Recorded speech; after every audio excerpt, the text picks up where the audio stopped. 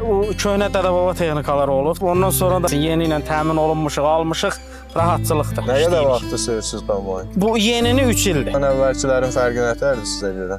Məlum məsələdir, müasir standart hər bir şərait. Rahatçılıq, komfort, yəni belə deyək də, məhsulun təmiz şəkildə biçilməsi, yerə tökülməməsi, yəni qanuni şəkildə də hər bir işimizi qanuni şəkildə görür, yarıdır.